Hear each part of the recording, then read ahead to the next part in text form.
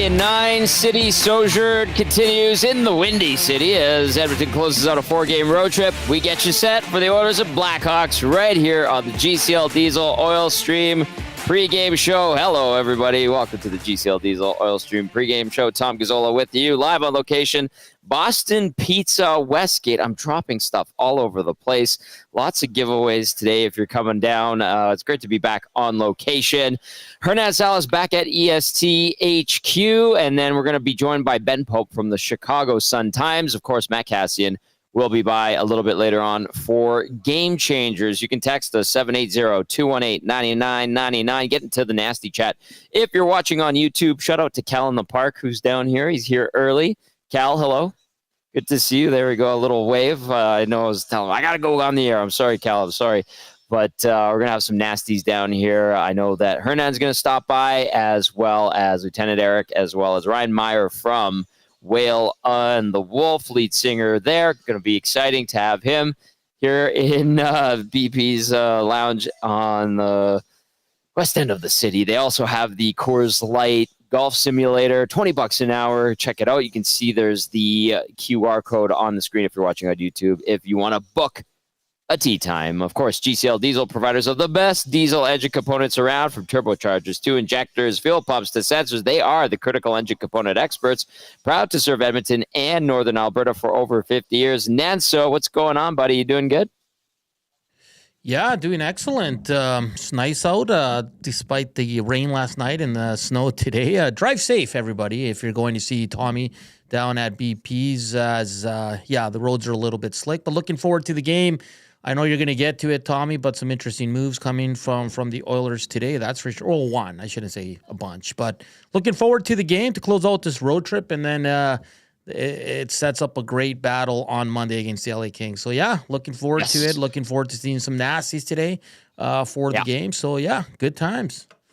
Come on down, Boston Pizza Westgate. Like I mentioned, and like I was scrambling, a lot of great giveaways. Nat, so this is actually really nice. It's a Heineken winter jacket bomber. Like, it's a bomber jacket, but it's thick. I like the green, man. It's nice with the navy collar. This is the one I dropped, and I had to pick it up because I couldn't leave that on the ground, even though they keep things really nice and clean here at BP Westgate. And then Tony found another one of these. We thought that we were out of them here at BP Westgate, but it's an Oilers Heritage Classic hoodie. Nice thick one. These are great, really well made. And I think, let's see what size. I hope it's a large. It's a double XL. So if Big Uke actually wins another one, he would fit into this one, I think, a little bit better than the boys medium that he walked out of here with the last time. That's got Big Uke's name written all over it, Tommy. Oh, yeah. Or the Combine crew, because I heard they're coming down as well. We will have Ben Pope on with us in a couple of minutes. And yes, I will get to lineups. I will get to starting goalies, all that good stuff. And like Hernan mentioned, the changes to the lineup for tonight. Nanso, I'm going to mention one more thing. We've got the football game going on right now. 7-6, Houston leads the Chargers, 45 seconds halftime. Tony and Curtis and the crew here at BP Westgate are throwing a Super Bowl party. That's February 9th, of course. It's a tailgate party that starts at 2:30 to 4:30. You get a burger and a sleeve of Bud for $10. Nice. That's a great deal. And then, of course, all the proceeds from the tailgate party are going to the Ben Stelter Fund. There's going to be a ton of prizes throughout the game and the tailgate party. And then Tony said, too, that they're doing not just like little prizes, because we have some Coors Light T-shirts and some hats and stuff, too. We also have a Heineken speaker, like the ones you could put on your golf cart, on the course. But Tony says they're going to have a lot of grand prizing to give away, so like the bigger stuff and nicer stuff, aside from like the T-shirts and the hats and this and that. So it's going to be a great time. That's the Super Bowl party here at Boston Pizza Westgate. The tailgate party gets going at 2:30 to 4:30. $10 gets you a burger, a classic burger, and a sleeve of Bud. And then all the proceeds from the tailgate party are going to the Ben Stelter Fund. Speaking of Ben, we're going to have Ben Pope on here from the Chicago Sun-Times as the 25-13-3 Edmonton Oilers take on the 14-26-2 Chicago Blackhawks. Matt Cassian will be by, like I said, in about 20-25 minutes with game changers. The Oilers and the Hawks meeting for the second of 3 meetings this season. Edmonton dropping a 5-2 decision back on October 12th here in Edmonton. They will close out the season series with the Blackhawks on February 5th at United Center. Let's see if we've got any texts that have come in here so far. Everybody in the nasty chat, good to see you. Good to see Rip City Step. Yes, casual Tommy today. Combine crew not watching the Texans, or are they watching the Texans? And Dusty says, boy, he's going to pump out a huge W or what? We'll see, because Edmonton's coming off of that 5-3 loss in Pittsburgh the other night. And we'll see if the Oilers can get back into the win column. All right, keep those texts coming in. 780-218-9999 if you're watching on the Edmonton Sports Talk YouTube channel. Get into the nasty chat if you're listening on iHeartRadio, TuneIn Radio, EdmontonSportsTalk.com's audio player. We appreciate you. Drive safely. Don't text and drive. A little bit snowy, a little bit slick out there. Good weather, but conditions on the road not particularly great. All right, let's go to Chicago. Ben Pope from the Chicago Sun-Times. Ben, the Oilers closing out a 4-game road trip. They're playing 9 games in 9 different cities. They'll come here to play the LA Kings on Monday. The Hawks, meanwhile, they played yesterday in Detroit, dropped that game last night. Let's just start there. When you look at that game from a Hawks point of view, what areas of the game let the Chicago Blackhawks down against Detroit? Well, the final score 5-3 makes it sound better than it actually was. I mean, that was one of their worst performances of the season, and they've had some bad ones, so that's saying a lot. Second period shot attempts were 32-2. Overall scoring chances were 25-9 in the game for the Red Wings, so it was pretty lopsided, and if not for 2 late goals by Teuvo Teravainen that made it semi-interesting, it wouldn't have been close. The big story was Philip Kurashev, who's been a healthy scratch most of the last 10 games after putting up 54 points last year.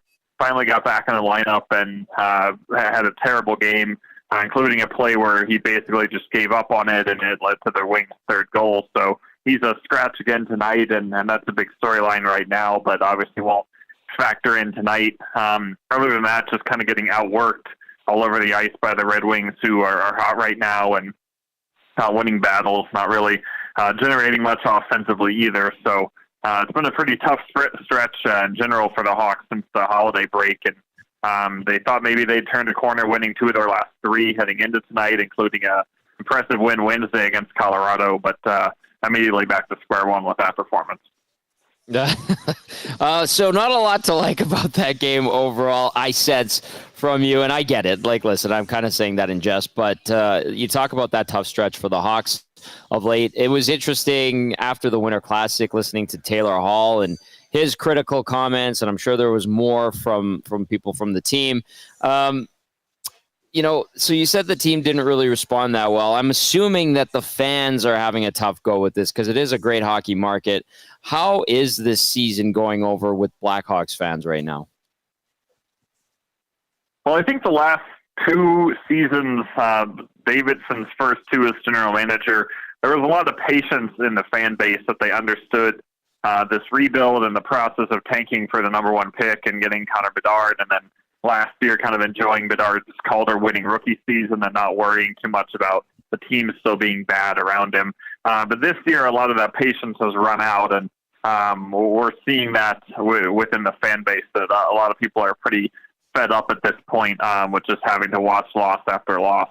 There are still a lot of people who maybe aren't in the kind of vocal minority who do believe in the rebuild still, and who honestly think that it would help the team to get another top 3 pick this year and really get that second elite forward prospect, which is the one thing missing from the prospect pool. But we definitely are seeing a lot of frustration as well. So kind of different emotions and different people in the fan base, but a change for sure from the past 2 years. And I mean, we're seeing less patience from the front office as well. They fired Luke Richardson, and they tried to bring in quite a few notable free agents over the summer that haven't really made much of an impact. So it's going to be an important summer to see the team kind of start to pivot forward towards actually taking that next step that they hoped to make this year, and that didn't end up happening.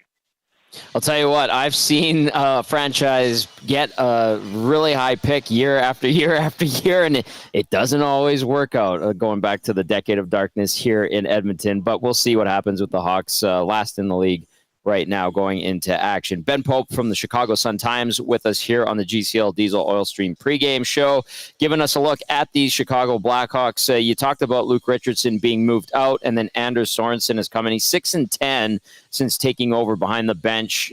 From what you've noticed and watched, has he changed much when it comes to systems or game planning or attitude? What can you glean from his time as the Hawks head coach? Well, he has changed the systems quite a bit.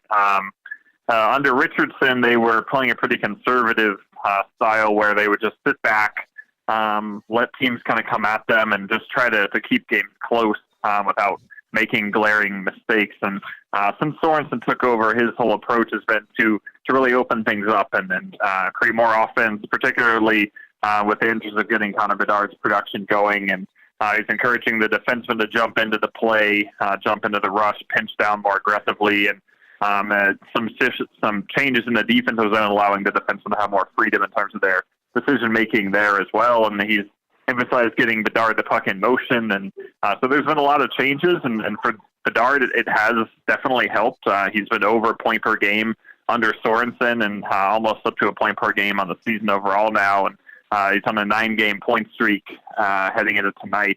So the hottest streak of his career, and he is playing very well. So that's been a success of the coaching change for sure. And as far as the team overall, though, there have been games where they did play well, and then games where the system changes and aggressiveness backfired, and they got blown out, which we weren't really seeing under Richardson very often. So it's been a mixed bag of results, but Sorensen has changed quite a bit, and they probably will continue to throughout the rest of the season because what they've done so far hasn't exactly worked.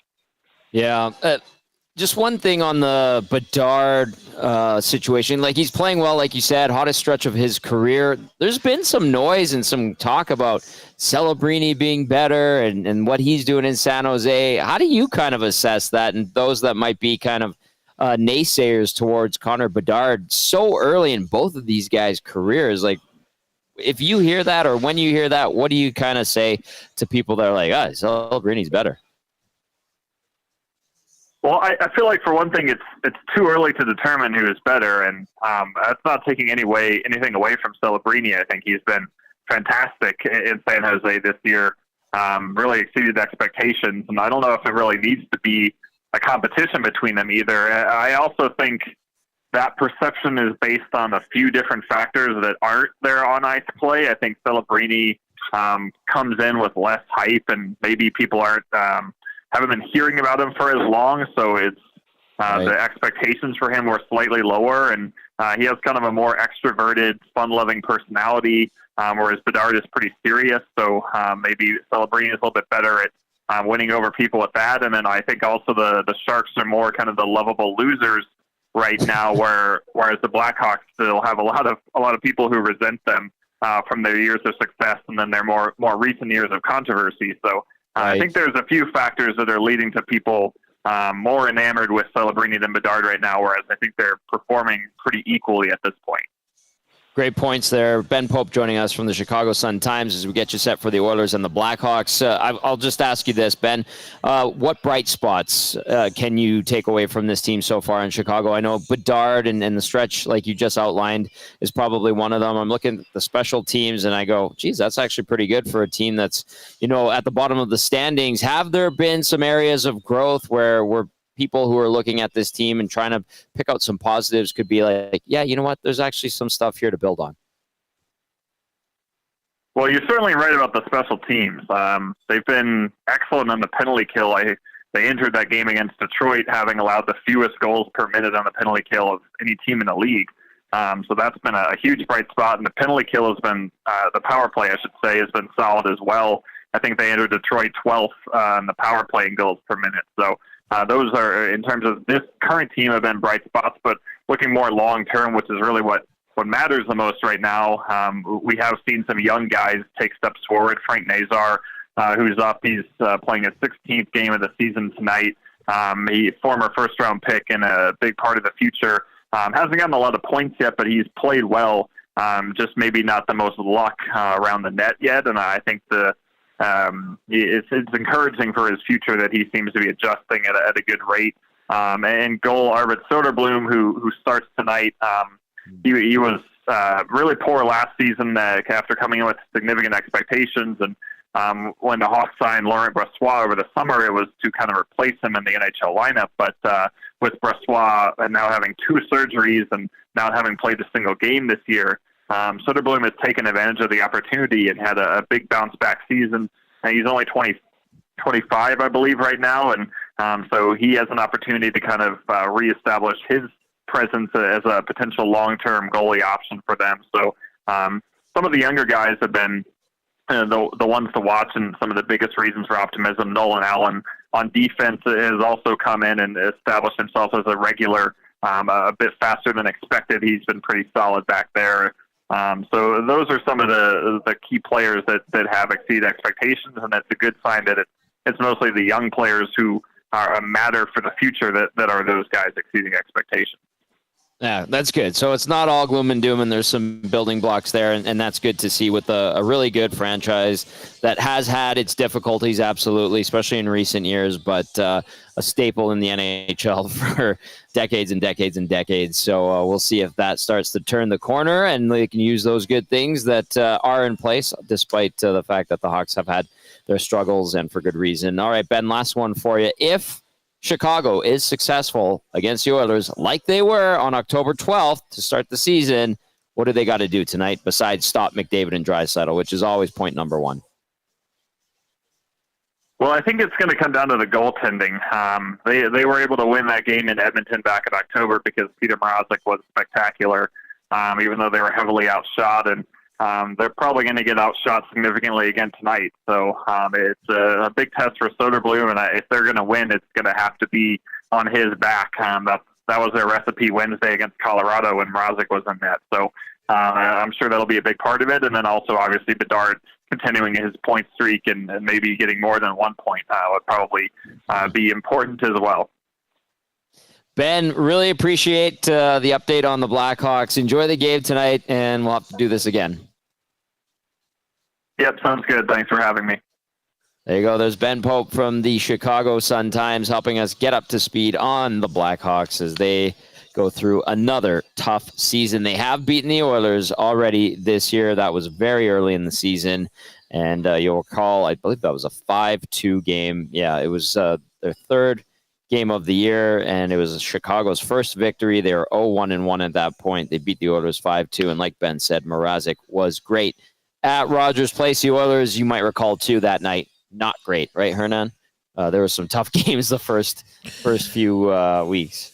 Oh, yeah, definitely. But when I look at this team, I know we look at the roster, we look at their last couple of games, and 3 and 4 nights for the Blackhawks, and coming off a loss. And like Ben said, don't let the score fool you. They were pretty bad last night. Obviously, I didn't watch the game, but I'll take his word for it. But this team always plays the Oilers tough. Like, it's never a blowout. Yeah. It's not something we're used to seeing. So I'm expecting another tight game for the Edmonton Oilers. And the Oilers should be angry as well. They're coming off a loss where kind of 18 minutes cost them, and then they kind of played 3 guys for the majority of the game that kind of brought them back into it. So, yeah, Tom, like I said, I'm not happy with one of the lineup changes, but it is what it is. And, yeah.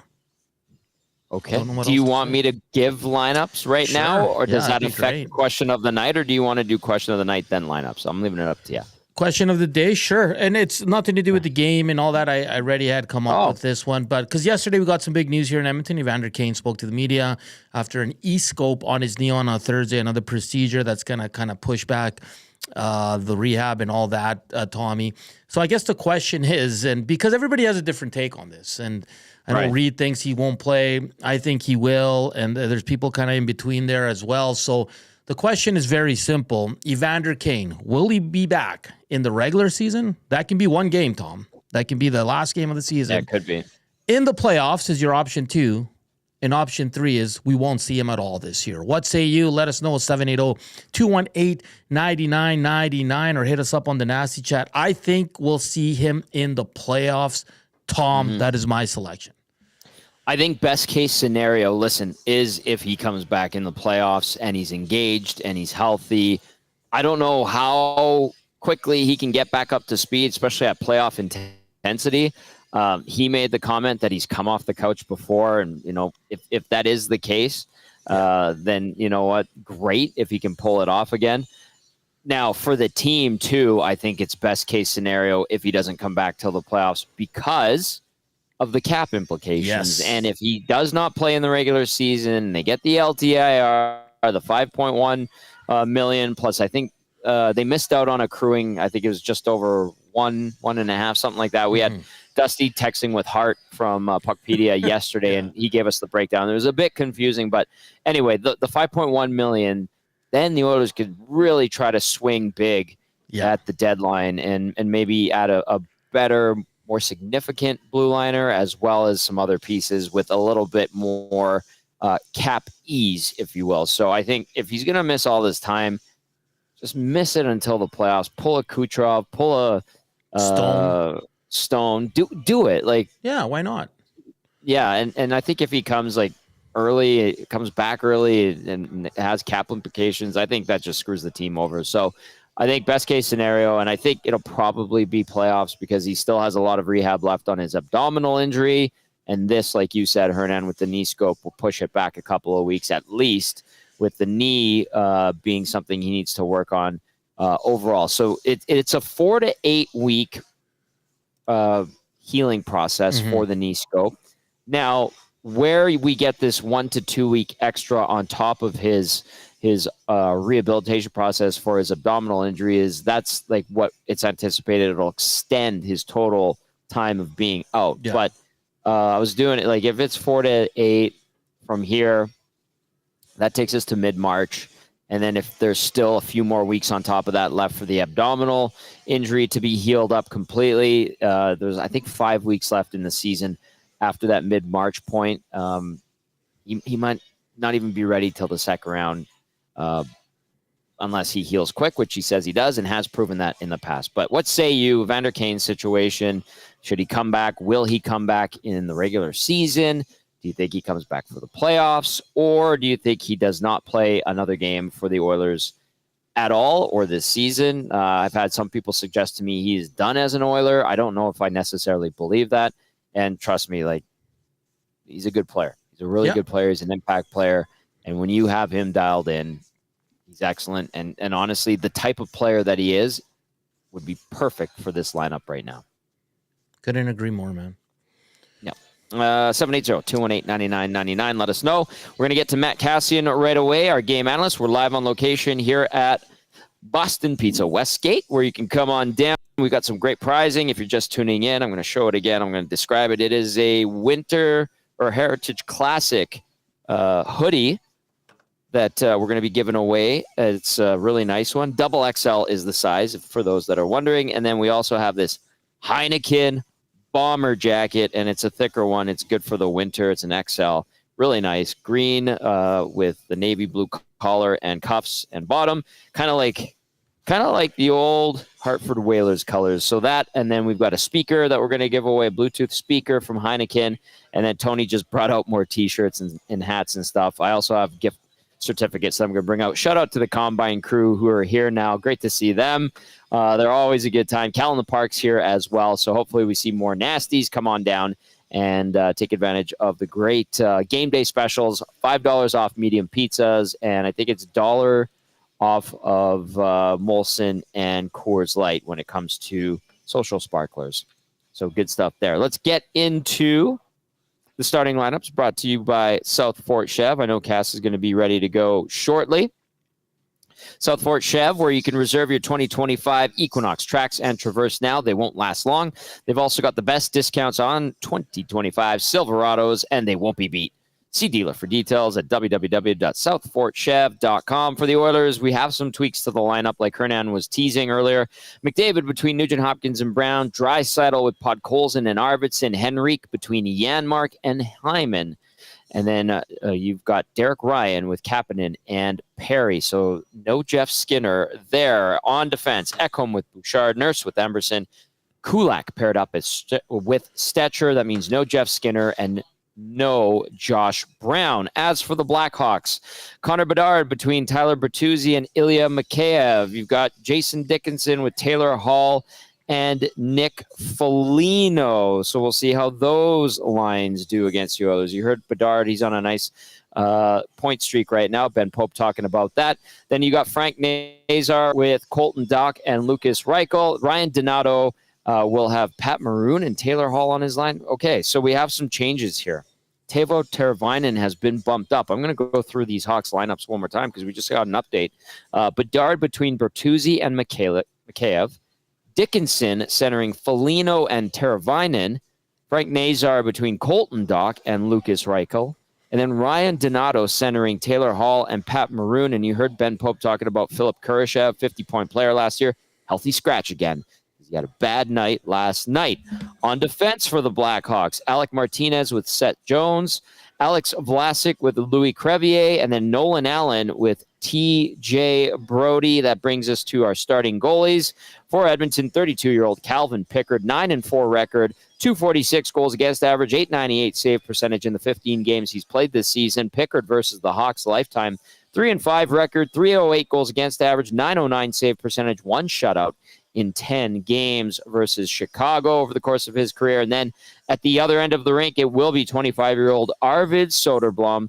He is 6-10-1 this year, 292 goals against average, 905 save percentage in 18 games played. He has an 0-1 record versus the Oilers, 507 goals against average, 878 save percentage in that lone appearance versus Edmonton. On now we go to the Advantage Sports Medicine and Physiotherapy injury report, because at Advantage Sports Medicine and Physiotherapy, we treat you like the pros. The multidisciplinary team includes sports medicine physicians, along with highly skilled physiotherapists, strength and conditioning coaches, and massage therapists. Whether you're recovering from an injury or looking to enhance performance, we treat you like a pro using the same locker room approach trusted by the best in the game. For Edmonton, nothing new here. Alec Regula, he's on the IR recovering from knee surgery, has been since he's been picked up off of waivers from Boston. And then Evander Kane, LTIR, abdominal surgery. Oh, by the way, knee surgery as well that he had earlier in the week. As for Chicago, Connor Murphy is day-to-day with a groin issue. Craig Smith, day-to-day with a back issue. Alec Martinez is on the IR with a neck issue, and then Laurent Brossoit is on the IR, had to get his knee repaired, so tough go there for the former Oiler and Oil King. All right, I see he's ready to go. He is our game analyst. He is Matt Cassian, bringing us Game Changers tonight. Cass, good evening. How you doing, buddy? Good to see you. Good evening. I'm good. Dealing with a couple emotional kids today. Still tired from their first week back at school, but we're good. We're good. All the slush snow stuff too. Dealing with a lot of that, but we're in good shape around here. Tom, ready for a little Oilers action this early evening. Do you need a daddy drink right now? I've already got one. Oh, I've already got one. We're good.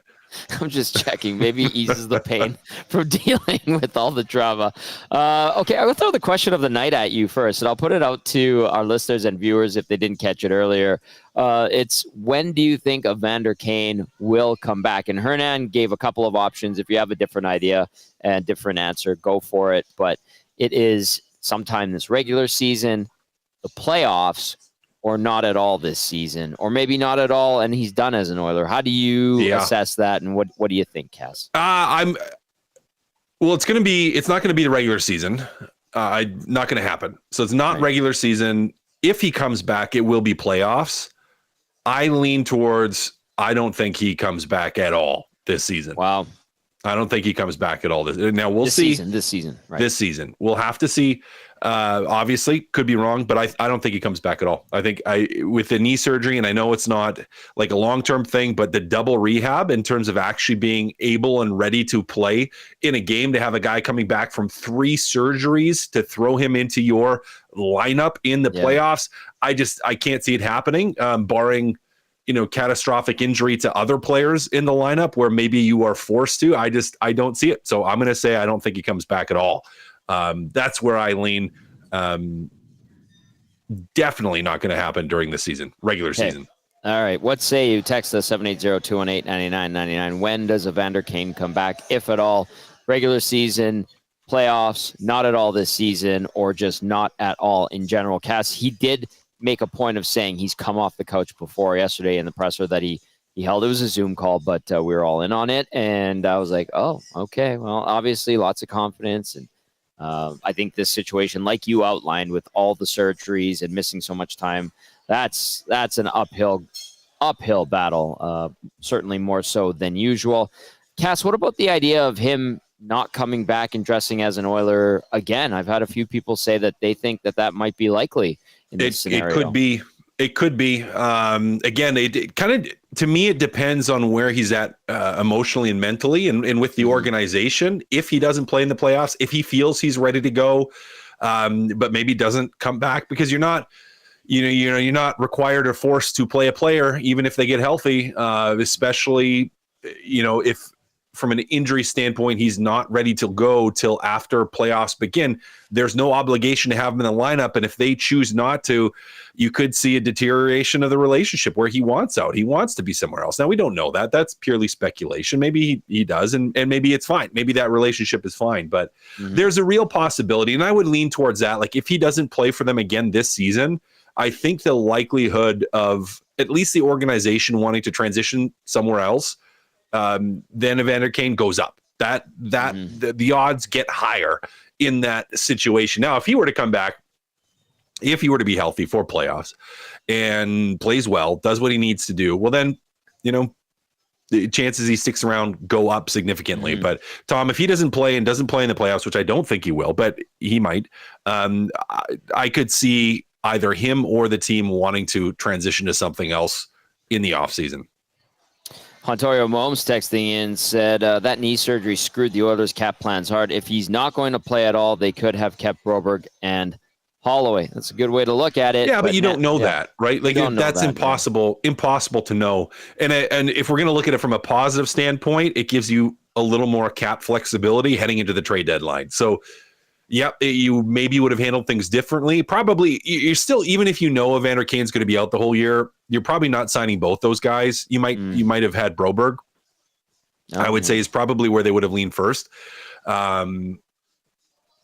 You might still have Cody Ceci too. You probably have Cody Ceci and Broberg still too, a little bit closer, and run it back to the team that got you within a goal of the Stanley Cup. But can't worry about that. Can't control that. Can't change that. They didn't know at that time. You didn't have a fine or a definite timeline. So, let's think about the positives and go with you know what? At least this gives them some cap flexibility heading into the trade deadline. Good point. And Cass, that's a great reminder on the cap, is they did not know what the timeline for Evander Kane would be like. That seemed like a moving target every time I had conversations with people from the team in the summer heading into training camp. And thank you for that good reminder, because I think we need that, because it's easy to play revisionist history and do it that way. But we have to go back and be like, oh yeah, this is why that happened, that and that and that. Good reminder for sure.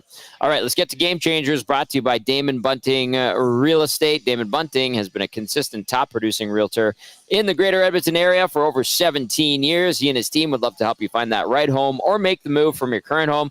He's community-driven and understands what it takes to make a difference in our city. Check him out, DamonBunting.com, or visit his Instagram at Damon Bunting Real Estate. Matt Cassian, number one, bottom feeders.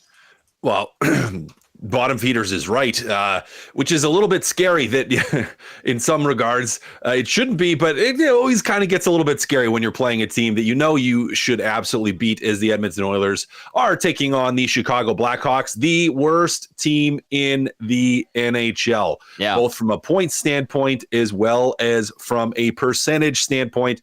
They are worse even than the San Jose Sharks, but we know how that has gone at times for the Edmonton Oilers this year. So I digress. They're a group, the Chicago Blackhawks, that struggles to score, struggles to produce offense, and has struggled mightily. Even if you look at the last 10 games, like, they have not been a great team. Not that we expected them to. They're a growing team, a young team. Certainly better with Connor Bedard, but still a long way to go from a rebuild standpoint. Yeah. Still don't understand some of the trades that were made. If we go back a couple of years for the Blackhawks, where it's like you traded some really good young players that you have shortened that transitional time. But I digress. Bygones are bygones, as we just talked about with Evander Kane. The Chicago Blackhawks are not very good on a night-to-night basis. They're not. Now, that being said, Edmonton Oilers weren't very good at the first period against the Pittsburgh Penguins.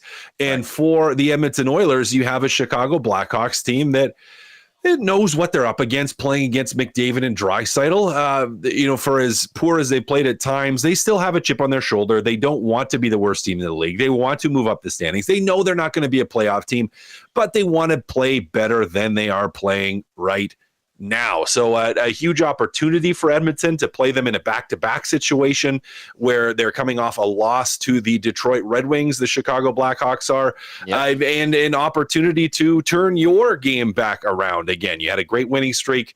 Horrible first period against Pittsburgh gets you the loss, but for the Edmonton Oilers, ultimately, Tommy, you are playing a very, very poor Chicago Blackhawks team that you should, on a night, if you play 80% of the level you're capable of, you should beat this team, which scares me a little bit. It does. It really does scare me a little bit. But, it's not a scheduled loss type of game, but it's one where it's like, okay, you need to have the team not sleeping in this one. They have to be prepared for it. Even though, yes, Chicago's not that good. They're a last place, bottom feeding team right now. You still have to go out and do your job, still have to go out and play because Chicago's going to push. They will. Now, their push isn't as capable as a lot of teams push in the league at this time, but they're going to try, Tom, and they're going to work. That is something that they do. And as the old cliche goes, and it's cliche for a reason, hard work beats skill when skill doesn't work hard. So the Edmonton Oilers got to come out here, Tom, play a solid, hardworking game tonight. Yeah, the Oilers did blow one on Thursday, like you said, Cass. By the way, Chicago just 2 wins in its last 9 games. Now, they have won those 2 in the last 4, but overall 2 wins in 9 games, including what was described as a brutal loss in the Winter Classic at Wrigley Field to the St. Louis Blues. All right, it is Game Changers with Matt Cassian. Game Changers, as always, brought to you by Damon Bunting Real Estate. Number 1 was bottom feeders. Number 2, Cass, out of the gate. Yeah, well, on that, and we already chatted about it, and I mentioned it a little bit. I mean, that start, Tom, that start still irks me, as it irks a lot of people against the Pittsburgh Penguins, where you had one really, really bad period, and you played well the rest of the way, but you just dug yourself too big a hole. And the danger of having a start like that, as we already talked about, the Chicago Blackhawks being a bottom feeder team, is any kind of life that you give a group that's a young, scrappy team trying to find its way, not very good. The longer you let teams hang around, the more energy they have, the more life they have mentally. You're like, oh, we actually have a chance of winning this one. Oh, we actually have a chance to put this game away. Oh, we're still in this. Oh, we can still do this, versus just the systematic dismantling of any kind of hope. You start a game with all kinds of hope every single time. The Oilers, they can dismantle that hope and just control the game from beginning to end. Yep. And against a team like Chicago, you should be able to, if you're playing at the tempo and at the pace that you need to play at. If you're not sitting back, if you're not sleeping, if you're not, sloppy in the defensive zone like they were against Pittsburgh in the first, where they weren't very good defensively. Wow. They made too many big mistakes. Get that out of your game, Tom. Even if you're not like out of the gate, absolutely dominant early on, like just don't suck early on. Like just come out at least mediocre or better. Just be mediocre or better coming out of the gate against the Chicago Blackhawks, and you're going to be fine, which actually even kind of terrifies me that I'm saying it, because now that I've said it, it's almost like, even a mediocre start, who knows what's going to happen. It could be one of those games against a team like Chicago. But Tommy, they have to have a better start tonight. It was just so atrocious. The game against Pittsburgh, that they just could never recover. Don't want to see the same thing happen against the Chicago Blackhawks. Please, please, please, just give us a good start, a sustained start, and then just continue to carry and build, because you will squash the Chicago Blackhawks if you do. Just don't suck. Matt Cassian on January 11th. There you go. Yeah. 4:39 p.m. It's an easy game, Tommy. It's an easy game. Suck. Yeah, just don't suck. Yeah, please. We really would appreciate if you just don't suck. All right. Bottom feeders was point number 1 on Game Changers. Out of the gate, point 2. Number 3, Matt Cassian. The other, Connor. Yeah, you guys have talked about this already earlier in the show, but Connor Bedard on a little bit of a heater here for a young guy, where he's put together a 9-game scoring streak. Now, he's had some, I don't want to call it a sophomore slump. He's still a really good player, but maybe hasn't been scoring quite at the clip he was last year. Had some challenges. The team is still struggling, but Connor Bedard is still a heck of a young player. I mean, I don't expect, nor should anybody expect him to be Connor McDavid. He shouldn't be, but to expect him to be a guy that is going to be the centerpiece of this franchise is reasonable and realistic. And yes, that's a lot of pressure, but he's a fantastic young player. Great goal scorer, has the ability to put the puck in the net and to make some plays offensively, and he's been feeling it recently. As we said, 9-game point streak, which for a guy that's still a teenager, not too many of them. I don't know where he ranks in the list all time or how many players have had 9-game scoring streaks in their teens. I can tell you, though, that list isn't going to be that long. Not that many have done that. It's very difficult to do. He's playing with some pop. Pretty much all of the Chicago offense flows through him, falls off very, very steeply after Connor Bedard, but a tremendous guy to watch. We talk about Crosby and McDavid. I don't think it's quite the same as having Bedard, McDavid again, because I don't think they're as comparable. I don't think Bedard is as dominant, or we will expect him to be as dominant as Crosby is or was, and as McDavid is or is going to be. But hey, still a really fun matchup. If we're looking at matchups that are exciting to see from individual players in that forward group, well, the Bedard McDavid matchup is a fun one. You have high-powered, speed, explosive offense in McDavid versus a guy that's not as explosive in Bedard. He's not as fleet of foot, but positionally, he puts himself in really good spots, has a quick release, and able to find the back of the net. And so it's a good matchup of a young guy that's trying to find his way to be one of the better players in the league, because he's not quite at that elite level yet. He's getting there. He's working on it. He's not there yet. But playing against then a guy like McDavid, who's at that place right now where he's the best in the world. So another fun matchup. We got to see McDavid Crosby. We're getting to see Bedard McDavid tonight. Tom, it's a lot of fun. Great young player to watch. He can score goals. Can't give him time and space in the offensive zone.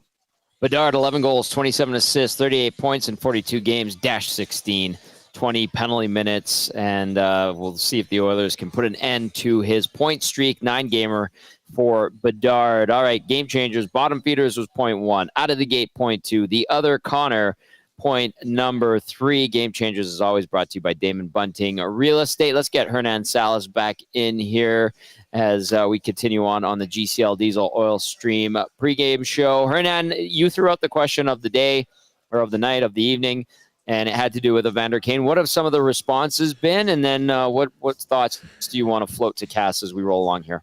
Yeah, I got a few responses here on the Nats chat, just scrolling back right now to see if I can find a few, but a lot. Penner's Pancake says 0 chance he comes back in the regular season. There's a couple here with cap related that they want him back. They don't want him back, so you can use that LTIR money, right? I get that, yeah. So best case scenario. I think Cass said it too, like with all the surgeries he's had, like, I mean, like, is he going to be able to come back? I was just looking at the schedule too. So it's like mid-April when the regular season ends, right, boys? So, I mean, can you just throw him into a playoff game? And listen, I know a lot of people say Mark Stone does. Like, he just jumped right back into game That's one. Also one surgery, and it's Mark Stone. Different player, plays a different way. He doesn't have to be as physical as Evander Kane does to be effective, right? Like, just so different, guys. Yeah, and that's what I mean. And he was, sorry, Tom, and he wasn't out as long as Kane, right? He was out for 3 months compared to the whole, pretty much the season, which is 6 months, right? So it is a little bit different. So I get why people say that, but this is multiple surgeries against one. Anthony on Long Island, this one, it's in jest, I think, but it says, dump Kane, lose Bouchard, find a way to get Cale Makar on his remaining contract. Yes, Anthony, that would be lovely, but completely unrealistic. Raj says it's, let's call it how it is. Kucherov better than Stone, better than Kane, or am I out to lunch? Raj, no, I don't think so. Stone and Kucherov, both elite, and then Kane, very good. I would describe it that way. There was one more here. I want to get to it. It's from Coach Mike. It's for Cass. Says, did Cass play versus tough guys who were quote unquote tough when the linesmen were close by? Cass? Oh yeah. There's a lot of guys like that. There's a lot of guys like that. No, they're quiet, and then the linesman's in between you, and then they're throwing a shot, right? And then they got the big mouth, and they'll start getting lippy, and then they'll try to put on a little bit of a show because they know they're not gonna get an elbow to the face and not gonna have to actually. And so yes, not so much of a thing anymore in modern NHL, but which is fine. But yeah, there was a lot of guys. Yeah, they we call them pretenders, right? Pretend tough, where they'd be real tough when there was the boards in between you, when you were on the bench or they were on the bench and the other was on the ice, or when the linesmen were in between you. Then yes, all of a sudden, then they're face washing over top where they wouldn't dream of doing it otherwise. Yep, all the time. Oh boy, yeah. I mean, if I saw someone like Cass on the ice, I wouldn't say anything. I would just be like, hey, man, how's it going? This text says there's a lot of guys that cost Holloway and Broberg. It's not Kane's fault. Management went out and made sideways at best signings on July 1st. And no Jeff Skinner tonight. And obviously that's kind of been the ire of some people.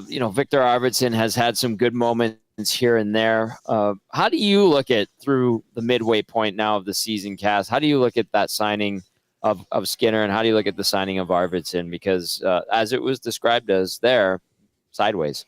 Yeah. Well, I think the Arvidsson one is the one where it's been more disappointing in a lot of ways. But he still found some ways to produce, right? Like where it's like there's still a lot of hope there for that he'll be able to get to the level and build into the playoffs for it. The Skinner one is so that's more disappointing. The Skinner one, I mean, in both of those guys, I thought they were both good signings on July 1st, as did a lot of people. Most Oilers fans, most people in the media, and certainly management, because that's why they made the decision, felt that those were good signings. I mean, I thought Skinner coming in on a $3 million deal was going to be a guy that could put you up 20 goals a year, most of those 5-on-5, that was going to be a good component in the top six. And it just hasn't been a fit. And there's no way, unless those guys have played together before, being like McDavid and Draisaitl and Skinner, there's no way to know exactly how it's going to work. So it's easy to look back. I mean, it's, talk from an investment standpoint. It's like, well, we'd all be billionaires if we could go back. Right. If we knew what we knew today was going to happen exactly as it was going to happen, and we would go back, well, you make every right decision. But that's not the way time works. That's not the way life works. It's not the way hockey players and hockey seasons work. So in a perfect world, would you have not signed Jeff Skinner? Well, right now, I think the answer would probably be yeah. But that's not what we knew at the time. He had a couple game point streak. Started to get a few more minutes, and now he's back of the lineup after the game against Pittsburgh, which is unfortunate for him. But he doesn't kill penalties, and so in some ways he becomes not the easy guy to take out, because it's not easy to pull out a guy in the lineup that you're paying $3 million a year. But you're kind of looking at this going, well, we don't want to necessarily pull out one of our guys that gives us maybe more consistent defensive minutes in the bottom six or on the penalty kill. And that's where the decision comes from. So it's too bad. There's still hope for Skinner and definitely for Arvidsson. I thought the Arvidsson signing was going to be an improvement on like a Warren Fogle, which a lot of people did.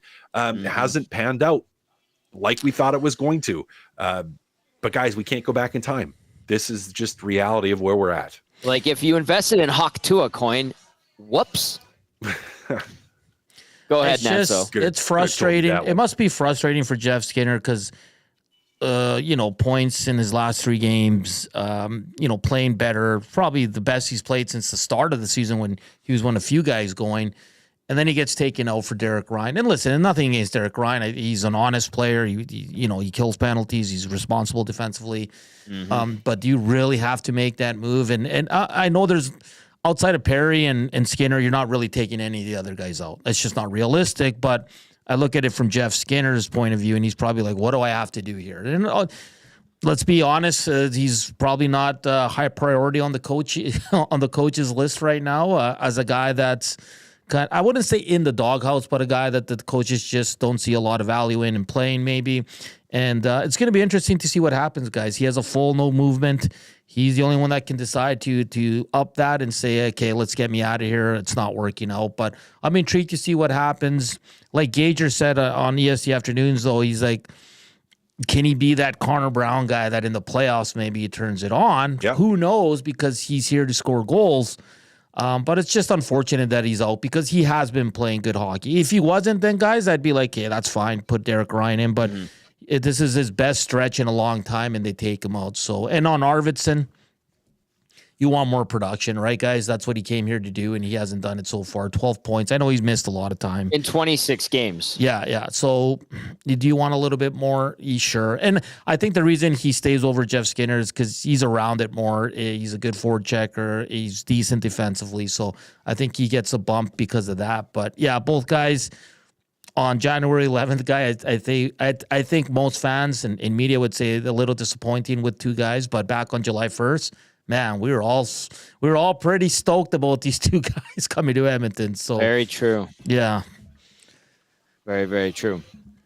Cass, good luck with the girls. Hopefully they've settled down, and we'll see you on the post-game show, all right? We'll see. There's Matt Cassian, our game analyst. We wish him well as he's dealing with some emotions and drama at home, joining us from the satellite studios in Sherwood Park. It is the GCL Diesel Oil Stream pregame show, live on location at Boston Pizza Westgate. The Combine crew is here over my one shoulder, and then we have Cal in the park over my other shoulder. Hopefully some more nasties coming down. I know that Lieutenant Eric will be joining us. Hernan Salas will be coming down here, as well as Ryan Meyer, lead singer of Whale and the Wolf, and I think, Derek Van Diest will also be joining from NHL.com. Lots of great giveaways. Hernan, I showed you this jacket, this Heineken Bomber I love jacket. Yeah, it's thick. It's really thick, and it has like the logo is in green thread here too on the back, which is nice. And then, you can wear it in the winter because it's nice and warm. And then the other one, for those that love hoodies, is this Edmonton Oilers Heritage Classic hoodie. It's a 2XL. Come on down. You can win it. Every time you buy a drink, you get a ticket for the draw. And at the intermissions, we do the draws. I've got some GCs we'll be giving away, as well as a bunch of T-shirts and hats and a Bluetooth speaker. So if you lost your Bluetooth speaker at a golf course this summer and need a new one, come on down, take advantage of the game day specials, and then maybe you win and replace that Bluetooth speaker that you lost at the golf course. Maury McCourt from the ranch says they find like 100 of them every summer just lost in the golf carts, and people don't come pick them up. I feel like everybody, Tom, has like 2 or 3 though. I have 2 because it's just been gifts, and then you win them, and then they just sit in a drawer. Yeah, so I know. Yeah, I think that's why people are like, oh, just leave it. We got enough at home. Well, if you need to replace one, we're giving one away tonight. And then as well, that really nice Heineken Bomber jacket and the Heritage Classic Oilers hoodie. Let's get to a couple of texts here. We have a few minutes left. Hersey says, hello, Tommy Boy and Hernan. It's been a while, checking in from the Big Apple. Cracking with the big win. Now the Oilers are up. Have a good night. Cheers from Hersey. I think he'd be a Kraken fan because his brother plays for them. Good to hear from Hersey. Thanks for checking in all the way from New York City.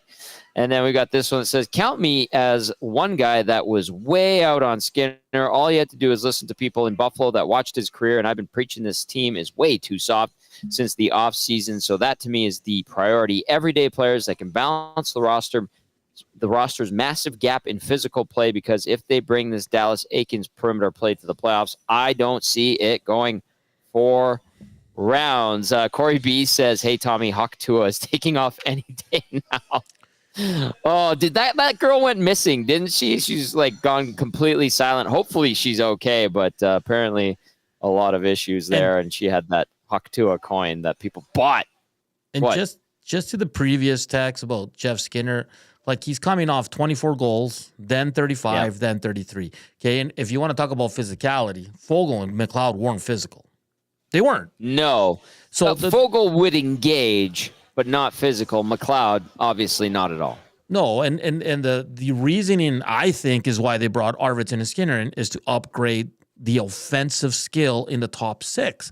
Because Remember they said they needed more scoring? Yeah, they had McLeod and Fogle up there who would do well for a game or two, and then they completely fall off because they're not natural finishers. They don't have that, right? And I know people are like, well, look at them now. Well, yeah, but they're playing in different roles, for sure. And Buffalo, McLeod plays higher up. Fogle definitely playing higher up, and good on them. They're having good seasons. But, I mean, Jeff Skinner wasn't signed to bring physicality. Jeff Skinner was brought to play with Leon Draisaitl and score goals. Mm-hmm. And has he really been given that opportunity? I'd say no, he hasn't. Outside of what, Not 2 really. 3 games? Lasting a period or two on that line, he hasn't been given a look. But it's clear to me now, Tom, with this scratching, the coaching staff's just not. He doesn't fit what the coaches want, and it's that simple. No. Very fair. Very fair.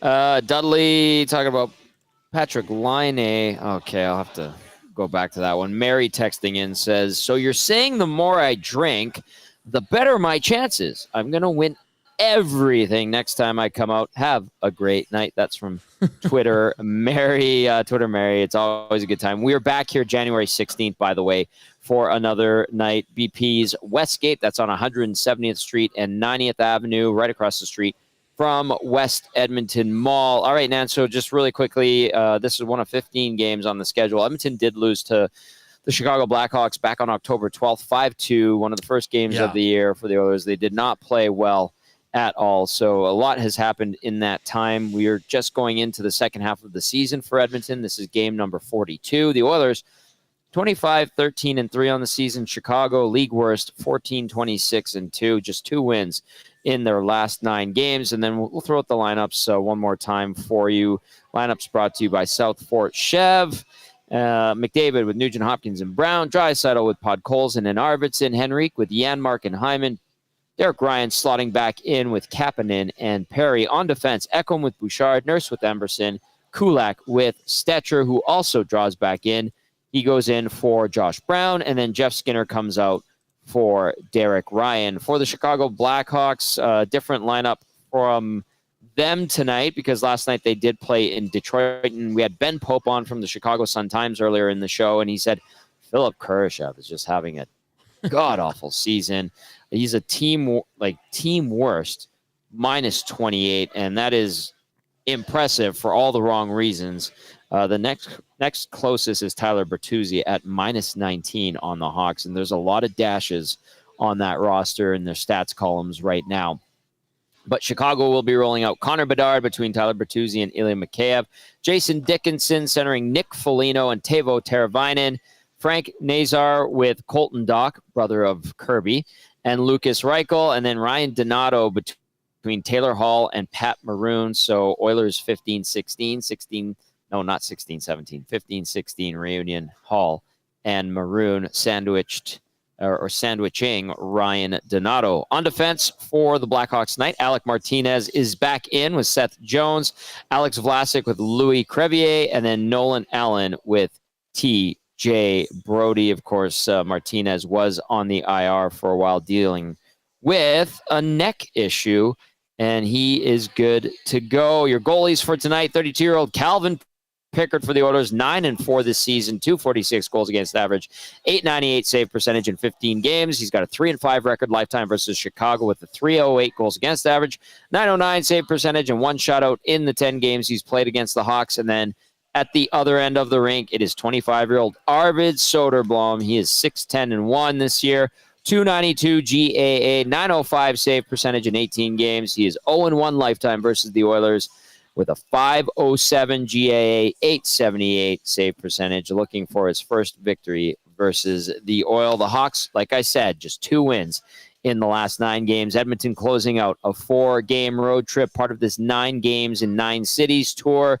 We'll see if they can atone for Thursday night. Of course, Chicago losing last night to the Detroit Red Wings in Detroit. A big thank you to Ben Pope, who stopped by from the Chicago Sun-Times. A big thank you to everybody who listened on iHeartRadio, TuneIn Radio, EdmontonSportsTalk.com's audio player, and then to those that watch, hit that thumbs up. We appreciate you very, very much.